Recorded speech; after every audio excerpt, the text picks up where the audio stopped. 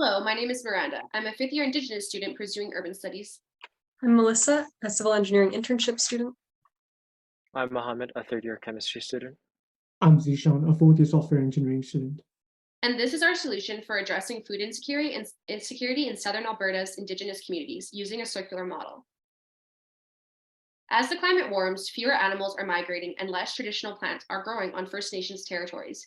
Unpredictable weather hampers the ability of hunters to safely navigate hunting grounds. With less food to be harvested, households are supplementing their diets with more purchased goods. And data shows that food insecurity is impacting more Indigenous households on reserve in Alberta than in other provinces. Our target audience is Indigenous people living on reserves in southern Alberta, which includes the nations shown here. Data from provincial studies conducted in First Nations reserve communities show that the majority of adults would like to have more traditional food in their diet, but financial and household constraints prevent greater access. And overall, people have a lower intake of vegetables and fruits compared to 2007 recommendations and a higher intake of processed and prepared foods. Our solution aligns with 9 of the Sustainable Development Goals shown here, which will be demonstrated throughout the rest of the pitch. Our project idea utilizes the circular economy model to eliminate waste, produce renewable energy, and reduce GHG emissions. Growing fresh produce on site in the greenhouse addresses the food insecurity problem, cuts down on transportation emissions, reduces food spoilage during transit, and reduces high food prices.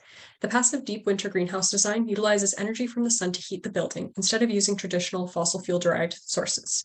Currently, many nations in southern Alberta direct all their waste to the landfill, including organic waste. So compostable items from the greenhouse and households in the community can be directed into the anaerobic digester in our design, which uses microbial communities within the reactor to break down the waste. The byproducts of this process are biogas and digestate. Digestate can be used to produce organic fertilizer, which can be used for the crops in the greenhouse, and biogas can be used to generate electricity through a combined heat and power unit that is then stored in a battery energy storage system.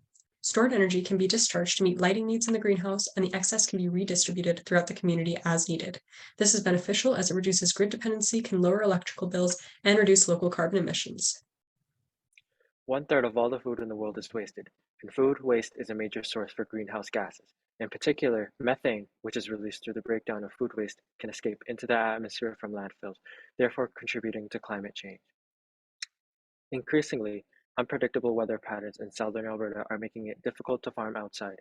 A greenhouse can help grow crops year-round, reduce greenhouse gas emissions, and prevent land degradation.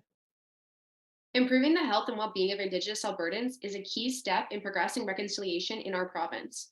Our solution improves access to fruits, vegetables, and traditional crops for people on reserves, and working in greenhouses has also been shown to improve mental health.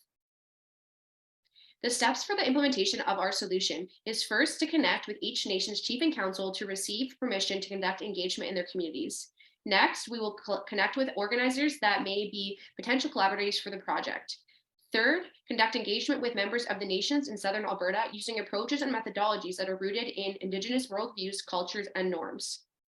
Fourth, develop a timeline and plan for construction of the greenhouse with detailed phases by using all of the feedback collected in the engagement process. 5, develop a public education plan about the proper sorting of waste. 6, identify and apply for funding opportunities from the provincial and federal governments. 7, present plans to each of the nation's chief and council to gain approval. And lastly, begin implementing the project following the phase approach that was developed. Now we'll explore the various constraints which impact the feasibility of our project. Some of the technical constraints we have researched include greenhouses, which are a fundamental aspect of our solution and require 6 hours of sunshine per day. Fortunately, southern Alberta receives an average of 6.5 hours of daily sunshine, making it a prime spot for projects of such sort. Secondly, the frost-heavy climate of southern Alberta possesses a challenge to the conventional greenhouses, which cannot retain heat in extreme cold weathers. This issue can be rectified by planning deep winter greenhouses instead, which are highly adapted to operating at such temperature. The third technical challenge we identified was to devise a feasible means to transmit the electricity generated from the anaerobic plants to power homes and other services in First Nation communities.